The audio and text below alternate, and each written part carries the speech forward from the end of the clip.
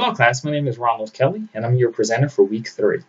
This week we looked at path goal theory and we looked at leader member exchange theory or LMX theory. So this week we kind of saw like an evolution in the leadership process. So over the past few weeks we've kind of seen the leadership models grow more from focus specifically on the skills and traits that a leader brought into the situation to theories that are now starting to take into account um, the outside forces and situational factors, as well as the follower themselves. And so that's where we find ourselves this week with the path goal theory and leader LMX theory. So both of these theories start to incorporate the follower and the impact of the follower on the leader, the leadership model. With the path goal theory, the leader chooses one of 4 approaches to motivate the follower, and that's based on the follower's goals and trying to create a clear path to where the follower wants to be.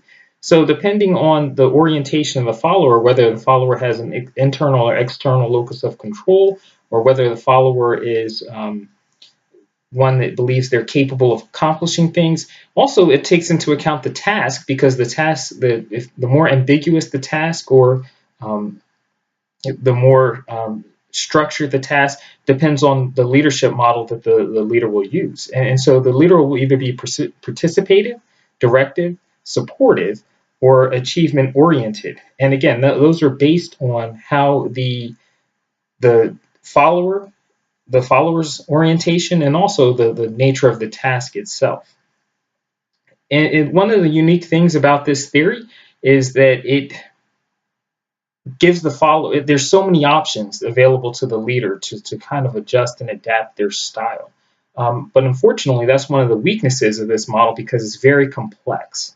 And so it is, with this model, for it to be effective, the leader has to almost be able to manipulate so many variables based on the leader, follower, and the task to be able to implement it effectively. So this is one of the downfalls of this model, and one of the reasons why there's not a lot of empirical research supporting this model. The other model that we have is the LMX theory. And LMX is, again, now we're looking more so that this is specifically on the relationship between the leader and the follower.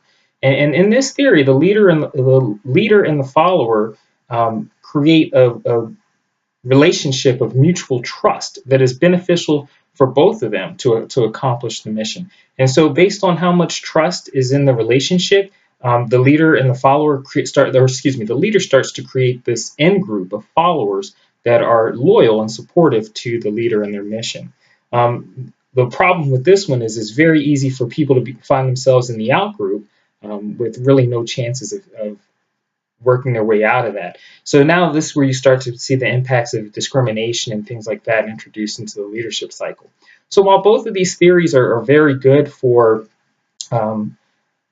laying foundational support for leadership models and for establishing situational awareness and for introducing leaders to different aspects of the leadership relationship, they're not very good for developing models of leadership and things that we should have leaders aspire to, or things that we should have to train leaders, if you will.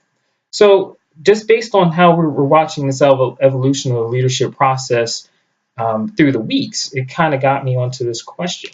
And so my question for you this week is to describe some of the factors in the leadership model, describe some of the factors such as culture, personality, and power distance orientation, and how they can influence the relationship, the interaction between the leader and the follower in the relationship in the LMX theory, whether those be positive or negative impacts.